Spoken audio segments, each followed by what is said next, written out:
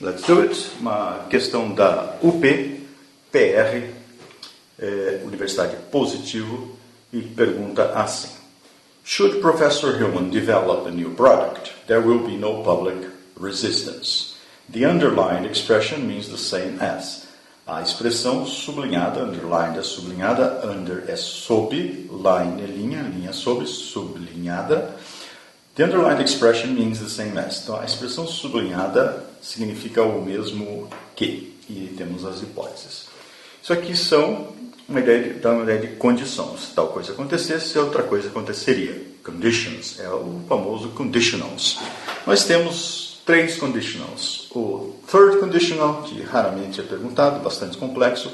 O second conditional, que é o mais comum, bastante caideiro em questões, e o first conditional, que também é muito importante conhecer, bastante comum, bastante usado. Vamos rever os dois, e se você percebeu aqui no meu esboço, o que vai se aplicar vai ser o primeiro a esse caso aqui. Mas de qualquer forma, revendo com você. O second conditional dá uma ideia de hipótese. Então, como é que ele é formado? Ele é formado com a conjunção if, se, ela dá uma ideia de hipótese, se, mais o verbo no passado, mais o would, mais o verbo na cláusula do que vai acontecer se a hipótese ocorrer. Então, por exemplo, if I won the lottery, se eu ganhasse na loteria, I'd give all my money to my students. Ah, very good. Huh? Torçam para eu ganhar na loteria. Eu daria todo o meu dinheiro para os meus queridos alunos. If I won the lottery, se eu ganhasse, I would, esse apóstrofo de aqui, I would give, eu daria todo o meu dinheiro. A outra condição, outro condicional, é o first conditional, que dá uma ideia de real situations, de consequências reais, não de hipótese. Então, por exemplo, como é que ele é formado? Ele é formado com a mesma conjunção if, mais o verbo da hipótese no presente. E na outra cláusula, você vai ter o will mais o verbo que dá uma ideia da consequência daquela ação da primeira. Muito bem. O exemplo clássico é, por exemplo, se você estudar, você vai passar. Como é que seria?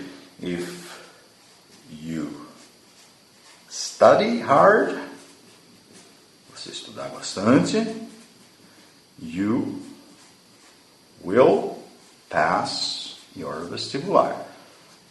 Então essa é uma realidade. Se a primeira parte acontece, a segunda parte acontece. Né? Se a condição é cumprida, então é uma situação real e não uma hipótese como a primeira.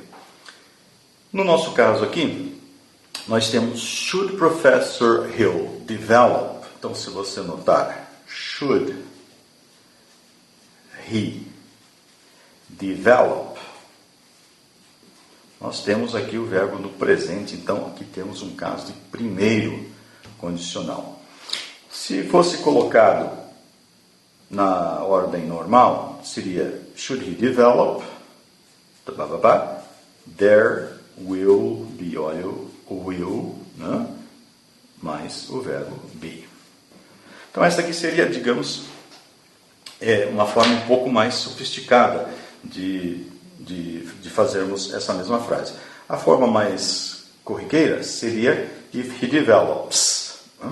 Esse should aqui dá uma ideia de if e, além disso, transforma o verbo num substantivo. Desculpem. Transforma o verbo, coloca o verbo no modo subjuntivo e, inclusive, tira o S do he que normalmente aparece no presente. Mas é uma forma presente, mais uma forma que te dá uma ideia de hipótese, e na cláusula de consequência temos que ter o will. Então, vamos lá ver o que seria melhor. Isso aqui, então, para deixarmos de uma forma um pouco mais simples, poderia ser if Professor Hillman develops, para você enxergar mais fácil aqui a solução. there will be. Qual delas?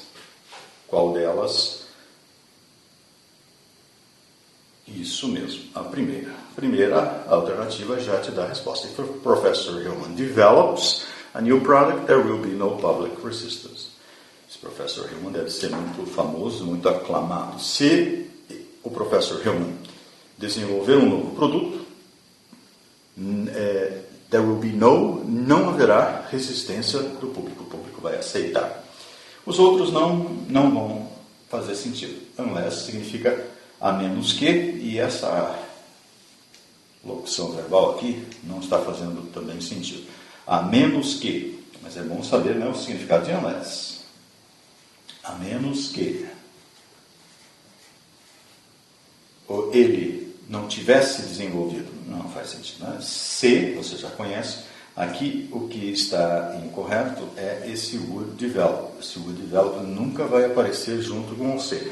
Junto com o se ou vai aparecer um presente ou vai aparecer um passado. O would fica do outro lado da frase. Essa também não é possível, não é correta.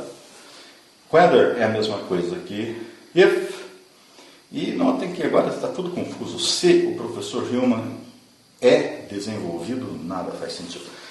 Se o professor Hillman pudesse desenvolver there will be, note que se tem passado de um lado, nós temos que ter would do outro. Então, talvez se tivéssemos aqui would, e Professor Hillman could develop, there would be, sim, mas não com develops ou develop que é presente.